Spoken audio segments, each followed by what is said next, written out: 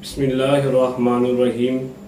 अल्हम्दुलिल्लाहि रब्बिल आलमीन वल आक़िबतु लिल मुत्तक़ीन वस्सलातु वस्सलामु अला अफ़ज़लुल अंबिया वल मुरसलीन व अला आलिहि व अस्हाबिहि व औलियाइ मिल्लतिहि व उलमाइ अहलि सुन्नतिहि व अहबाबिहि अजमईन। अम्मा बाद फ़अऊज़ु बिल्लाहि मिनश शैतानिर रजीम। बिस्मिल्लाहिर्रहमानिर्रहीम। क़ाल अल्लाहु तबारक व तआला फ़िल क़ुरानिल मजीद वल फ़ुरक़ानिल हमीद वल्लज़ीना यबीतूना लिरब्बिहिम सुज्जदन व क़ियामा। सदक़ल्लाहु मौलाना अज़ीम व सदक़ रसूलुहुन नबियुल करीमुल अमीन व नहनु अला ज़ालिका मिनश शाहिदीन व शाकिरीन वल्हम्दुलिल्लाहि रब्बिल आलमीन। सबसे पहले मेरे देखने और सुनने वाले जितने भी सामईन और नाज़रीन, मेरी तरफ से और नसीबी मीडिया की पूरी टीम की तरफ से अस्सलामु अलैकुम व रहमतुल्लाहि व बरकातुहू। रब्बे कायनात ने हमें रमज़ानुल मुबारक की नेमत से नवाजा है। इसकी फजीलत, इसकी अज़मत, इसके दर्जात मालिक कायनात ने बहुत सारे बयान फरमाए हैं। दुआ गो हूँ अल्लाह करीम हमें रमज़ानुल मुबारक की इस बाबरकत सातों में परवरदिगार के साथ अपना राब्ता मजबूत करने की तौफीक अता फरमाए।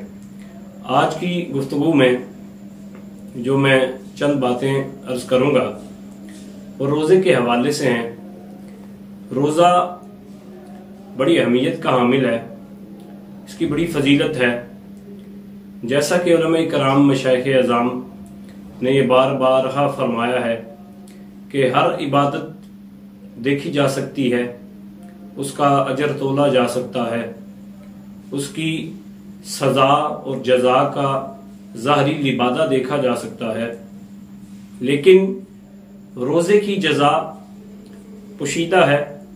इसकी वजह यह है कि रब्बे कायनात ने जज़ा देनी है और वही इसका अजर जानता है, इसका अजर वही देने वाला है, क्योंकि वह अला कुल्ली शैइन कदीर है। और रोज़े के हवाले से मैं चंद मिनट गुफ्तगू करूँगा। रोज़ा सिर्फ ये नहीं है कि सुबह सहरी के बाद खाना पीना बंद कर दो, या अल्लाह ने हमें सिर्फ रोज़ा इसलिए नहीं दिया कि बस सारा दिन भूखा रह लिया, कुछ खाया नहीं, कुछ पिया नहीं, ना पानी पिया, ना खाना खाया, तो हमारा रोज़ा हो गया। रोज़े के मामलात ये नहीं है, बल्कि परवरदिगार आलम ने हमें ये समझाने की कोशिश की है कि उम्मत मुहम्मदी तवज्जो इस बात पे करो कि जब तुम रोज़ा रखो और नीयत से रखो और अपना हाथ तल्लुक मेरे साथ जब जोड़ लो, तो रोज़े की कुछ शराइत हैं। जैसा कि आंखों का भी रोज़ा होना चाहिए, कानों का भी, हाथों का भी, जुबान का भी, पाँव का भी। लोग सोचेंगे कि ये हाथों और कानों और पाँव का रोज़े से क्या मुराद है, क्या ताल्लुक है। तो मैं अर्ज़ करता जाऊं कि ये समझाया गया है कुरान करीम में कि रोज़ा सिर्फ ये नहीं कि भूखा रहने का नाम है। रोज़ा ये नहीं कि एक बंदा अगर सारा दिन भूखा रहता है, तो मैं मिसाल के तौर पर कर दूं कि एक बंदा अगर सारा दिन भूखा रहता है तो परवरदिगार का क्या सवाल रहा है। अगर वो खा भी लेता है तो मालिक कायनात का क्या बिगाड़ रहा है। खाने और ना खाने से ये रोज़े की अहमियत को वाज़ेह नहीं किया गया, बल्कि अमल को जोड़ने के लिए और नीयत के साथ मजबूत करने के लिए रोज़े की अहमियत को बयान किया गया है कि आंखों का भी रोज़ा, कानों का भी रोज़ा, पाँव का भी रोज़ा, हाथ का भी रोज़ा। मैं थोड़ी सी बात वाज़ेह कर देता हूँ।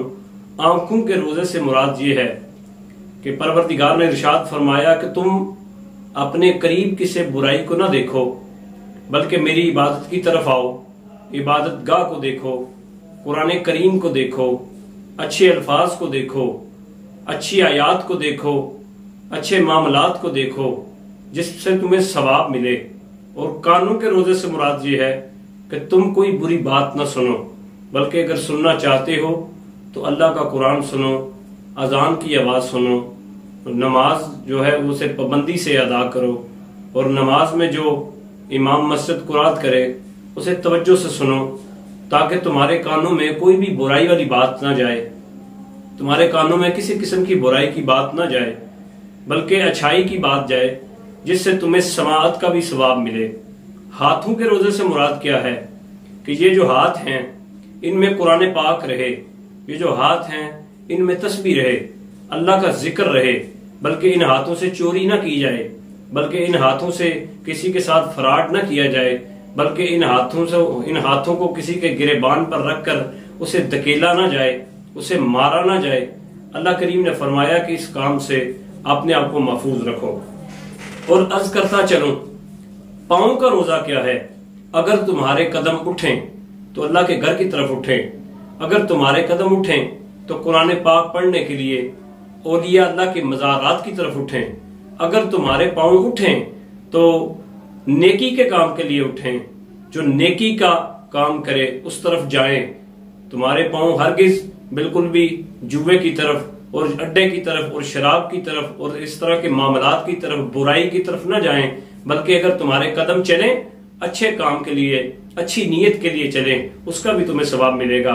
जुबान के रोजे से मुराद ये है कि तुम अपनी जुबान से गाली गलौज मत करो, कोई ऐसा लफ्ज ना निकालो जिससे रोजे की अहमियत पे कोई फर्क आए और तुम्हें उसका गुनाह मिले। इसलिए मेरे करीम नबी सल्लल्लाहु अलैहि वसल्लम के गुलामों, रब्बे कायनात ने तो रमजान करीम की बहुत सारी बरकतें बयान फरमाई हैं। मैं अर्ज करता चलूं, मेरे करीम आका सल्लल्लाहु अलैहि वसल्लम ने इरशाद फरमाया कि रब्बे कायनात ने जन्नत के दरवाजों में से एक दरवाजा बाबुर रेयान रखा है। क़यामत वाले दिन, महशर वाले दिन पुकारा जाएगा, ऐ रोजेदारों इस दरवाजे के पास आ जाओ। जब वो रोजेदार इस दरवाजे के पास आएंगे उन्हें दाखिल किया जाएगा, मां सिवाय रोजेदारों के उस दरवाजे से कोई दाखिल नहीं होगा, फिर उस दरवाजे को बंद कर दिया जाएगा। इसलिए मैं अर्ज करता चलूं कि बहुत सारे लोग ऐसे हैं जो सरेआम रोजा नहीं रखते, लेकिन सरेआम वो खाना पीना जारी रखते हैं। अगर किसी रोजेदार के सामने से तुम गुजर रहे हो, तुम्हारे हाथ में कोई ऐसी चीज है जिसका तुम्हारी गजा से ताल्लुक है, तो उसे डांप लो और डांप के उसे अपने घर लेके जाओ, ताकि रोजेदार को इस चीज का एहसास ना हो, ना वो इस चीज पर तुम्हें देखे और हैरत का इजहार करे जिससे तुम्हें गुनाह मिले। और हमें कोशिश करनी चाहिए कि आज के पुरफितन दौर में जो दौर गुजर रहा है, इसमें बेसब्री लोगों में नहीं है, बहुत कम देखी गई है, लेकिन रब्बे कायनात ने फरमाया कि सब्र का अजर मैं बहुत ज्यादा देता हूँ, क्योंकि इन अल्लाह मा साबिरीन, अल्लाह सब्र करने वालों के साथ है। जब आप सब्र करेंगे अल्लाह करीम आपको सब्र करने का अजर ये देगा कि वो परवरदिगार आपके साथ होगा। मैं आखिर पर मैं रमजान मुबारक के एहतराम के हवाले से ये बात वाज़िया कर दूं कि हमें चाहिए कि हम रमजान मुबारक का एहतराम करें। एक बड़ा ही मशहूर वाक़या है एक मजूसी का। शहर बुहारा में एक मजूसी का लड़का मुसलमानों के बाजारे में रमजान के महीने में बाजार में उसने कुछ खाने की चीजें ली और वो खाता खाता मुसलमानों के सामने से गुजरने लगा। उसके बाप ने देखा, उसके बाप ने उसके मुंह पर थप्पड़ मारा। जब थप्पड़ मारा तो उसने अपने बाप से एक सवाल किया। उसने कहा, अब्बा मजूसी तो तू है, मुसलमान भी नहीं, खाता तो तू भी है, पीता तो तू भी है, लेकिन उसके बाप ने एक बात की तरफ उसे गौर दिलाया और कहा, बेशक मैं खाता हूँ, बेशक मैं पीता हूँ, बात तुम्हारी बिल्कुल सही है, लेकिन मैं रोजेदारों के सामने, मुसलमानों के सामने उस चीज को वाजिया करके नहीं खाता। मैं तो पोशीदा एक जगह पे अपने घर के कोने में बैठ के खाता हूँ, ताकि रमजान मुबारक का तकद्दस और एहतराम में किसी किस्म का फर्क ना आए। हजरात, वो मजूसी था, मुसलमान नहीं था। आज तो मुसलमान जो हैं वो सरेआम बाजारों में जाके खाते भी हैं, पीते भी हैं। आज तो टेंट लगा दिए जाते हैं, अंदर बिठा दिया जाता है, लेकिन मुसलमान वो मुसलमान नहीं है, वो मजूसी था। उसने कहा, बेशक मैं खाता हूँ पीता हूँ, लेकिन मैं पोशीदा करता हूँ अपने मामलात। और आप किताबें पढ़ के देखें, मैं हवाले के साथ बात कर रहा हूँ कि जब वो मजूसी बिल्कुल उसका वक़्त करीब आ गया, मौत के करीब पहुंचा, तो मुसलमानों ने उसकी मौत के बाद उसे अपनी ख्वाब में देखा और वो जन्नत में सैर कर रहा है।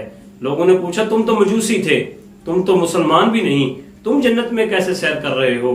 उसने कहा, जब मेरा वक्त मौत करीब आया तो परवरदिगार ने इरशाद फरमाया, फरिश्तों ठहर जाओ, इसने रमजान मुबारक का एहतराम किया है, मैं चाहता हूं कि इसे ईमान की दौलत मिल जाए।